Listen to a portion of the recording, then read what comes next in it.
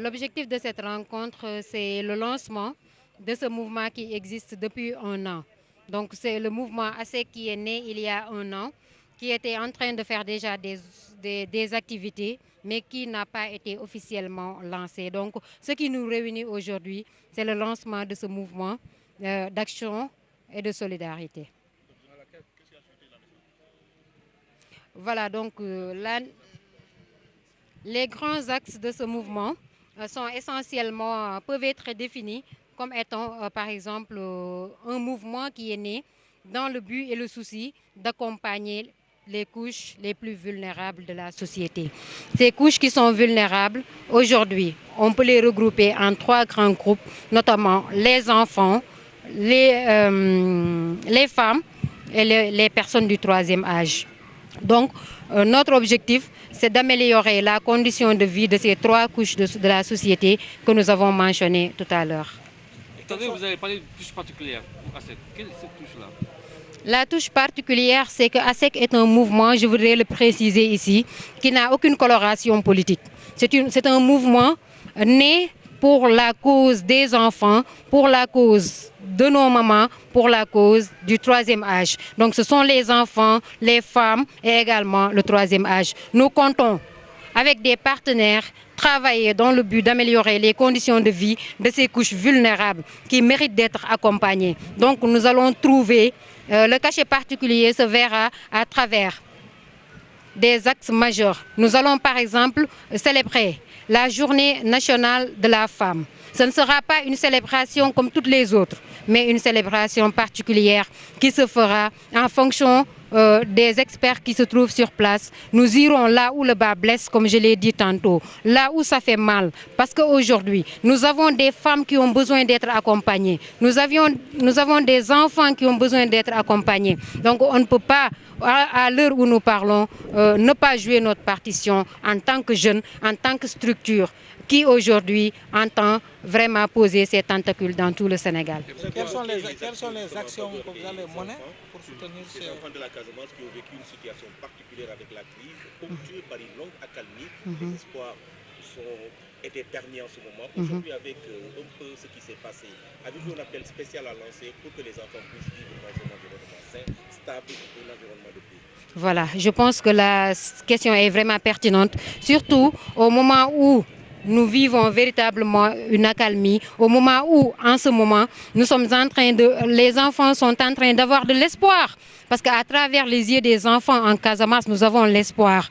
Donc, en ce moment, si on se réfère à ce qui s'est passé tout dernièrement, en ma qualité de présidente de ce mouvement, je veux lancer un appel fort, un appel très fort et sensible aux gens qui en tout cas sont autour de ces actes ignobles qui se sont déroulés en Casamance, de pouvoir en tout cas laisser cela, parce qu'aujourd'hui on n'a pas encore besoin d'une Casamance sans paix. La Casamance a besoin d'une paix définitive. Ces enfants ont envie de vivre dans une société paisible. Parce que vous voyez aujourd'hui la fête que nous avons tenue avec ces enfants, ça montre aujourd'hui que ce sont des enfants qui ont vécu l'espoir. On pouvait lire sur les lèvres de tous ces enfants une source d'espoir, un brin d'espoir. Donc nous lançons un appel pressant à ce que vraiment ces genres d'actes puissent cesser en Casamance. Parce que la Casamance est une Casamance paisible. Ce n'est pas une Casamance de guerre, ce n'est pas une Casamance en tout cas à problème, mais c'est une Casamance, une zone aujourd'hui qui mérite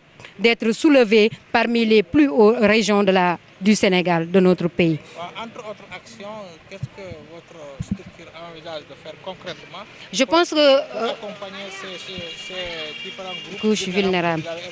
Je pense que par exemple, tout de suite, dans le cadre de l'activité que nous venons de tenir, autant pour moi, mérite vraiment des félicitations. Et je pense que c'est l'une des activités majeures structurée par toute l'équipe de ASSEC.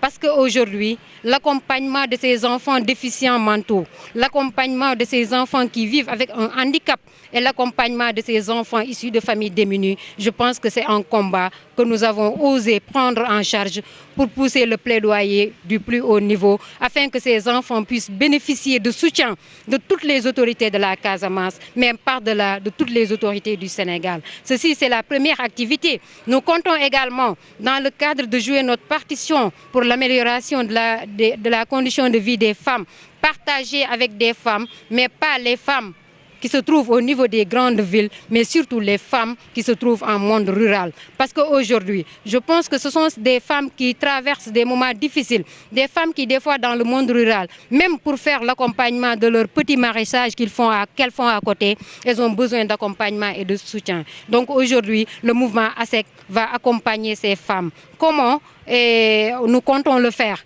C'est en travaillant en étroite collaboration avec des spécialistes et surtout des gens qui s'y connaissent pour qu'ensemble on puisse travailler dans le sens d'améliorer les conditions d'existence, de vie, mais surtout de travail des femmes dans le monde rural. L'autre aspect, c'est du côté des vieux. Nous comptons les accompagner point de vue sanitaire parce qu'aujourd'hui, à Ziguinchor, je me souviens, une de mes tantes à qui je parlais, elle m'a dit « Mais Fatkine, à Ziguinchor, il y a un problème. Les personnes de 3e âge devaient avoir un centre où se reposer, un centre où rester et discuter, au lieu de tourner tout le temps autour des marchés, rester là-bas à faire des jeux de dames. Donc aujourd'hui, notre combat portera également sur la possibilité de pouvoir offrir à ces personnes du 3e âge des moyens nécessaires d'épanouissement. Ainsi, je l'avais oublié tout à l'heure, pour les enfants également, nous allons nous battre avec les partenaires, avec les maigres moyens dont nous disposons. Nous comptons nous battre pour que ces enfants que nous avons vus dans la salle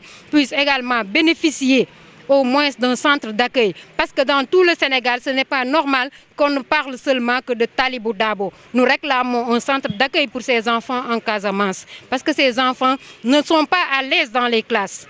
Ils ne sont pas à l'aise dans les maisons. Ils ne sont pas à l'aise dans les quartiers. Donc sur ce point bien précis, ASEC compte également faire le plaidoyer, porter le combat de ces enfants, porter le combat des femmes, mais porter le combat des personnes du trouble. En ce moment, nous pensons que c'est une page qui est tournée, définitivement tournée, la page politique. Nous avons ensemble, avec une équipe bien déterminée, décidé de travailler dans le but d'œuvrer dans le social, d'œuvrer dans le développement. Donc je pense que c'est une nouvelle page que nous avons ouverte aujourd'hui dans les locaux du centre culturel. Que tous les gens qui détiennent des stylos, qui ont l'encre du développement, qui ont l'encre du social, qui ont l'encre en tout cas de la bonne pratique, peuvent nous rejoindre et travailler avec nous. Nous, en ce moment, nous travaillons pour le développement et c'est pourquoi tout à l'heure, je disais dans la salle que c'est un mouvement qui n'a aucune coloration politique.